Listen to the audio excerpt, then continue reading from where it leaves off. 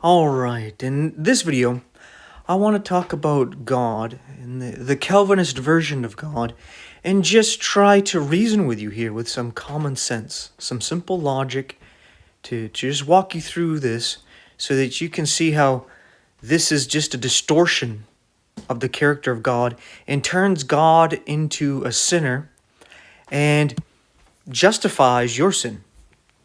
So, let's take a look at this here.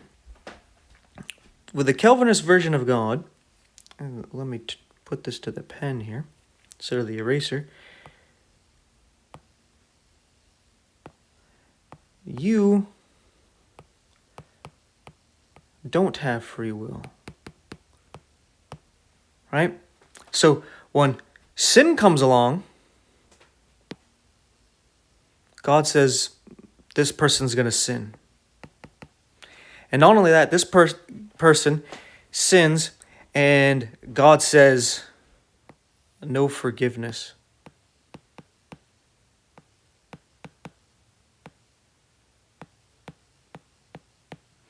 And then this person over here, again, free will, not there. God also makes this person sin because they don't got the free will not to, but they get forgiveness. Right? I was like, that's not fair. And the Calvinists would just say, well, who are you to argue with God? Or to question God? I'm just a man like everybody else, right? And I can take a look at this. If this God wants me to worship him, well then, if I don't have free will, make me worship him, right? Why is he not making me worship him then if I don't have free will? If it's my choice, why would I want to worship a God who does this? Right? So, what this does is this means that sin has not come from us. It's God who makes us sin. Right? So God makes us do this. So not only does this make God a sinner, it justifies it if we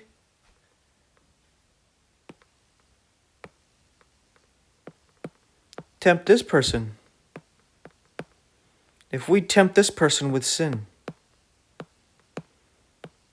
and we push them to sin, we try to get them high, we try to get them drunk, we try to get them to commit fornication, to go steal something, to go lie to their parents, you know. I'm thinking about some young, useful kind of things when you're maybe a teenager and all that, getting peer pressured, right?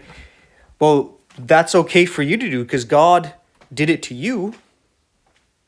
You can do it to them. It's not a sin. How is it a sin to tempt people into sin and to provoke them into sin? If God did it to you, then you can do what God does, right? It's the same thing with having a family, right? Because ultimately, God made man in his image. These people over here are all his children, right? But he already decided that this one, not going to save no matter what. They're going to be a vessel of his wrath. And this person, no matter what, they're going to be saved. They're just a vessel of his grace. Right? But then, if you do that with your children, let's say these two, it's actually husband and wife right here. You can decide which one's the husband and wife, but these people right here are actually a couple, and they have children.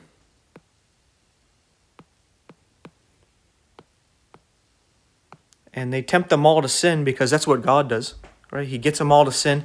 But then they say, this one, we're going to give all our grace to this child. But these children we're going to neglect because they're going to be vessels of our wrath.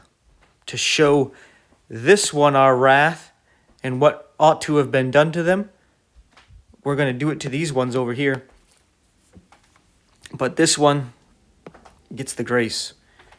If somebody treated their children like that, you would think they're horrible parents. And you'd be right. But they're Calvinists. They're just doing what their God does. There wouldn't be anything wrong with that. Because God doesn't do anything wrong. And if you say this is wrong, you're saying the Calvinist God is wrong. And what he does is evil and not right. And this is just a quick video to show how the Calvinistic God is evil, is satanic, is not the true character and nature of God. It's not how God is described in the scriptures. It's their own view of God, and it's basically to do a couple things for themselves. It's to exalt man. You see, first of all, it basically says, well, my sin is not my fault. I don't have free will. God made me do it, right? So they don't really have to feel guilt and shame for it because they don't have any free will to do what they do, right? It's on God, right? And if they end up influencing somebody else's sin, well, that's not a big deal, right? Because God did that with them, and God wanted that other person to sin anyway, so it is what it is. Doesn't matter, right? No free will at all anyway, right? And the other thing that it does is it exalts yourself because you're like, oh, I'm chosen. This person isn't. Yeah, who cares that it's your spouse? You know, your father, your mother, your brother, your sister. Yeah, the God didn't choose that person. Who cares? Yeah, too bad, so sad. You're a chosen vessel of wrath. God could have saved you, but he decided not to, Dad, Mom, brother, sister, spouse, my child. Yeah, God decided you're a vessel of his wrath. Sucks for you. But me, I'm saved. I got nothing to worry about because I'm special. I'm chosen. Yeah. You see the self-exaltation there. I'm just, I guess, better than the rest of you guys because God chose me and didn't choose you because I'm just so great. You see how it exalts man? It exalts the individual Calvinist. And that's why Calvinists love to do these debates. Because debates are part of the reprobate mind, according to the scriptures. And it's basically just intellectual masturbation in public. Is basically what that is. All it is. And with their debate tactics, all they do is try to make the lie look like the truth and the truth look like a lie. That's what they do. That's what debating basically is about. There might be one person in there who really is trying to get the truth out, but they don't really know the debate game and how the debate game is just a bunch of these little tactics. It's a sport to try to make a lie look like the truth and the truth look like the lie. It's basically just a way to get their foot in to try to reach other people with their BS. What you have to remember is what Paul talked about. I believe it's in Galatians chapter 2. I'll wrap the video up with this. I wanted to make it short, but I'm going on here, I know. Galatians chapter 2, Paul mentions about the Council of Jerusalem. And he was saying that there's the people who are legalists, Pharisees, wanting people under the law. And he says, we didn't give them time to speak, no, not even for an hour, that the gospel may continue with you. So you see, they didn't sit there and have a debate about it. They were like, no, this is what the Bible says, or the scriptures. This is what is what. It's not a debate. It's not up for questioning. This is it, the gospel. You're not under the law. We're all saved by grace through faith. They didn't give time for some jackass to come and go, well, let me try to convince you of something else. No, we're not going to give you time to do that. You go do that wherever you want to go do that. And if anybody wants to go listen to you, they go listen to you. We're not going to invite you into our home and preach your BS. Because basically what you're doing is you're like, oh, I have my family structure, but I'm going to invite somebody into my house to try to talk my wife into not listening to me and not having me as the head, where I shouldn't be the head. She should be the head of the family. Right? Or talk to my children about how they shouldn't be listening to their parents. Why would I invite somebody in to talk about that, to try to influence my family to do that? Why? That's just stupid. And that's what debating is. You're basically inviting in Satan, the serpent, and allowing him to talk to your family, to try to convince them to turn against your father, you, your brothers and sisters, to turn away from the truth. Why? Why would you even entertain it?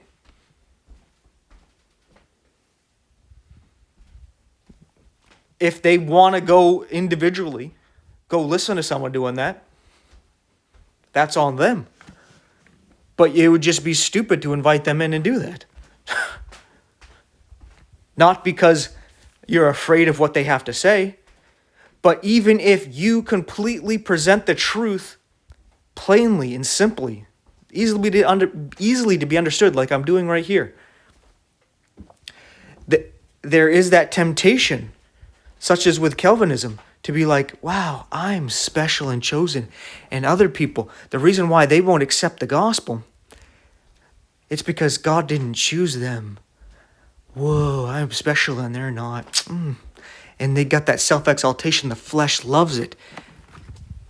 And they might be tempted to go after that because it makes them feel really good about themselves. Why are you going to bring that temptation into your family? Especially to the youth. Right? Why?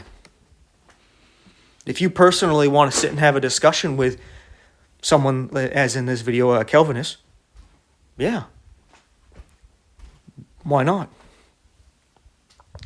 But why would you do some public show of it to bring everybody else into it, where you're going to have this influence where you don't know their game? They're not going to sit there and have this discussion with you, where in a discussion, we'll put right here in the middle, there'll be one point. Like right here, we'll talk about following God's example. But in a debate, I'll make this point like I did in this video about following God's example. And the response from the person debating me will be talking about 3, 8, 15 other points. And then be like, hey, you have to answer all 22 of my points. Well, why don't we just focus on one point and get to a conclusion in it? And then we can move on to another point, because why bother trying to spend my time trying to answer all, even if it's, say, 3 points that you have? Why am I going to waste my time trying to get into 3 points that you made to disprove them just for you to say, no, you're wrong, I don't agree? Okay. What am I going to do with that? Right? That's how a debate is. You present the truth and they say, no, you're wrong. And it's like, okay, well,